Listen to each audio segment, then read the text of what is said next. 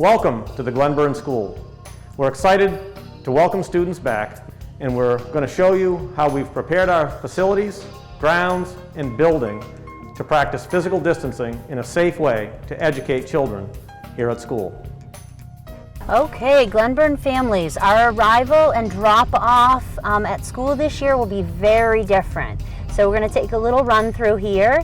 As you get to the school, you're going to pull in the parking lot. If your student's last name falls between the letters A and K, you're going to proceed straight forward all the way to the main lobby.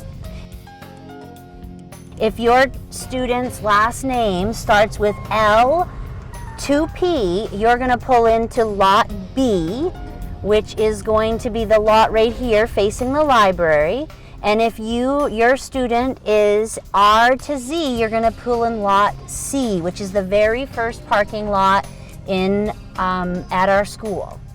Once you pull into your spot, you'll pull up. The person there will let you know that your student can get out, and they will get out and proceed on the crosswalks. If you're pulling into lot C, your child will enter the building through the library. If you pull into lot B, your child will enter through the pre-K doors. And if you pull into lot A all the way down where the maroon truck is, then you will enter through the main lobby. Again, families, it's very important for parents to stay in the vehicle and let your children out when you have been signaled. Please don't just pull in and let your children out. We want to make sure that everyone remains as safe as possible. So along with our drop-off and pickup, our bus arrival and departure will be different this year as well. So rather than them pulling in the regular entrance, our buses will enter from the road from here. They will pull up as far as they can. They'll let their students off here, and the students will then enter our building through the gate and then into the building. We'll have lots of adults signaling the buses to let the kids off and also guiding them into the building. At the end of the day, the students will be released the same way. The buses will be out here. We'll call one bus of students at a time. For example, we'll say all students bus 14 are dismissed, and those students will migrate through the halls out to their bus. There are 3 entrances to the building, and at each entrance you have hand sanitizers, so when students come in, they will sanitize before walking down the hall. This happens to be hallway B. And you can see on the floor there is signage that keeps students distant 6 feet apart, and also directionality signs on the floor indicating which way the traffic will go. To further ensure the safety of our staff and students will be explicitly taught hand washing techniques, and we will also be requiring the use of masks at all times.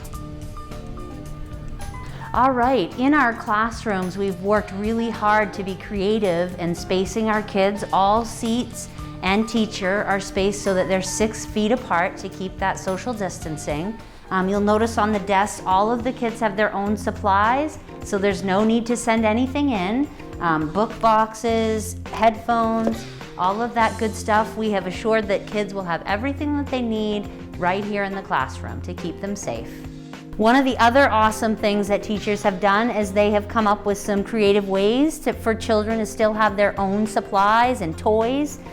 These are all labeled with students' names, and inside, look, their very own Legos, some math manipulatives, some teddy bears and tangrams, cubes. So they've worked really hard to ensure that each child has their own things so that they can remain safe while here. So each student has been assigned a student number. I have 12 students in my class, so 1 through 12. And I've set up spots on my classroom floor that are all 6 feet apart. And then I have made it so each student is sitting near their spot on the floor. So when I say student 1 needs to line up, they go right from their seat to their spot, and so on and so on. So that way, as students line up, they're not walking across the classroom or walking past other students and keeping their social distance. This is an example of a middle school classroom where once again we are practicing social distancing by spacing the tables, one student at a table. We're also using cubbies at the middle school level with everybody having their own materials. So again, there is no sharing of materials, keeping everyone safe throughout the day. As students access the cafeteria for hot lunch, they'll sanitize on the way in, remain physically distanced and masked on their way to get their lunch, and then they'll be seated 6 feet apart while they eat. Upon leaving the cafeteria, they'll sanitize before returning to their classroom. We have multiple tents outside for student and teacher use. There will be a schedule so that classes will have staggered times. You also see there are some different seating opportunities for students to use while they're outside. We will also be adding sides around some of the tent as well. There will be sanitization stations so that things will be cleaned in between uses. And it looks like another great learning opportunity for our students to get outside and have an outside classroom, not just be in the actual building. In addition to our tents, students and staff will be encouraged to access other outdoor learning opportunities on our expansive property on nice days. Hi everyone, I wanted to talk a little bit about how Seeing the Nurse will be different this year. So I have mobile carts this year, so I'm going to come to you if you are not feeling well or if you need a Band-Aid, just let your teacher know and I will come to you.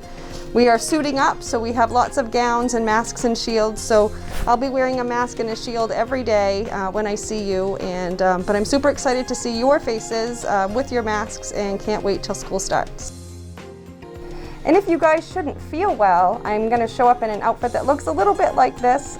So it's a gown that will protect my clothing and protect you from my clothing. A shield that's going to protect us from each other. And gloves, again, that will protect us from each other. And I will come to you and then I'm going to take you to the gym where your parents will pick you up. We hope you found this informational video helpful. We'll see you next week.